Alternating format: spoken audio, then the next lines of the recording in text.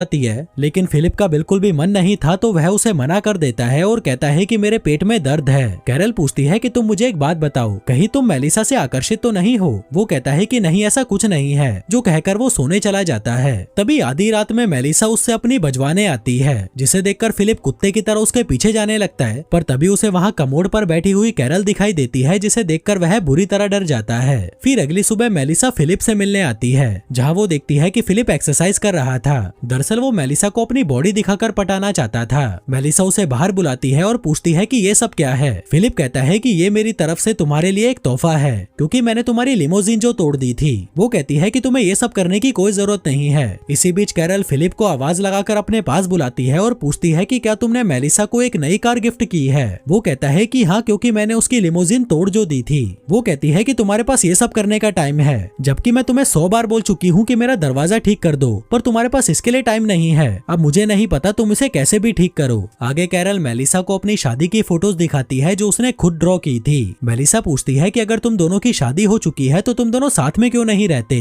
वो कहती है कि नहीं, मैं उसके साथ नहीं रह सकती, वो बहुत गंदा है। मैंने उसके साथ शादी सिर्फ धरती पर जनसंख्या को बढ़ाने के लिए की है। वहीं जब फिलिप दरवाजा ठीक कर रहा था तभी मेलिसा उसके पास आती है। वो कहती है कि मेरे पास एक जनरेटर है जिससे हम बियर को ठंडी करके पी सकते हैं, इसलिए तुम शाम को कैरल को लेकर मेरे घर पर आ जाना। लेकिन फिलिप अकेले ही उसके घर बियर पीने पहुंच जाता है और उसे कहता है कि कैरल की तबीयत खराब है, इसलिए वो नहीं आ सकती, जबकि इसने कैरल को बताया ही नहीं था कि मेलिसा ने इनको बियर पीने के लिए इनवाइट किया है। फिर बातों के दौरान मेलिसा उसे बताती है कि मैं पिछले 2 सालों से किसी मर्द की तलाश में भटक रही हूँ, क्योंकि मुझे भी मजे करे काफी साल बीत चुके हैं। मेरी भी कुछ जरूरतें हैं जिन्हें मैं पूरा करना चाहती हूँ। फिलिप कहता है कि हाँ, मैं समझ सकता हूँ, ये सब नेचुरल है। मेलिसा कहती है कि मैं तुम दोनों के लिए बहुत खुश हूँ कि तुम दोनों साथ में हो। भले ही तुम दोनों में अनबन चलती रहती है, पर तुम दोनों साथ में तो हो, जिसकी मैं बहुत इज्जत करती हूँ। वहीं फिलिप उसे ये बताने के लिए तड़पा जा रहा था कि मैं कैरल से बिल्कुल भी खुश नहीं हूँ। मैं तो तुम्हारे जैसी किसी लड़की के साथ मजे करना चाहता था,